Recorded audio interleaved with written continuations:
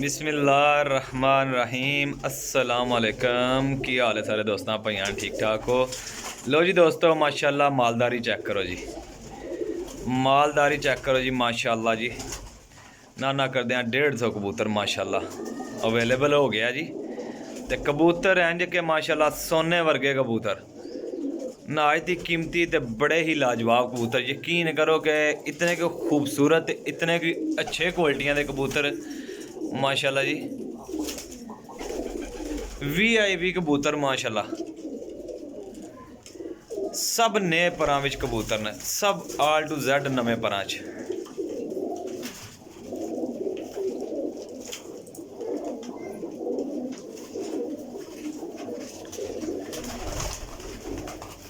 देखो जी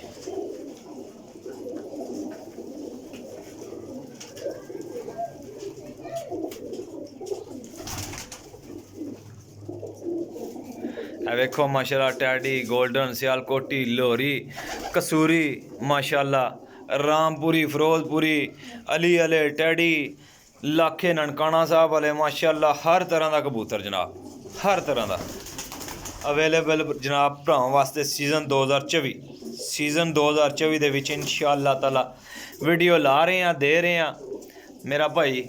चीज़ां इंशाअल्लाह ताला चंगियां ही लब्भणगियां इस सीज़न, अल्लाह दे हुक्म नाल। माड़ी चीज़ नहीं है। देखो बोदी वाला कबूतर माशाअल्लाह, बोदी वाला कबूतर, यकीन करो कबूतर इस बारी लिया रहे हैं भरा जी।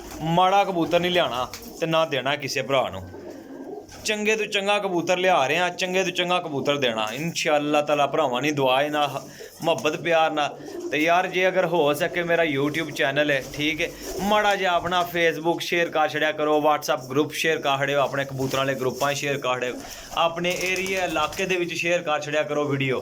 चलो किसी भरा नहीं समझ विच आ जाती है चीज़, उन्होंने जरूरत होंदी है, चलो उसकी जरूरत के मुताबिक उन्होंने परिंदे मिल जाते हैं, ठीक है। ए वेखो माशाल्लाह जी,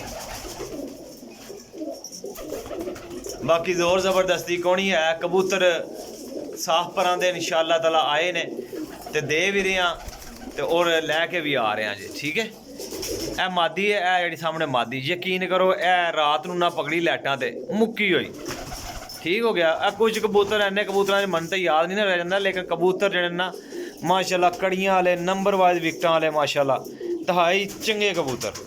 अल्लाह हाफिज़ जी जनाब, रब रखा।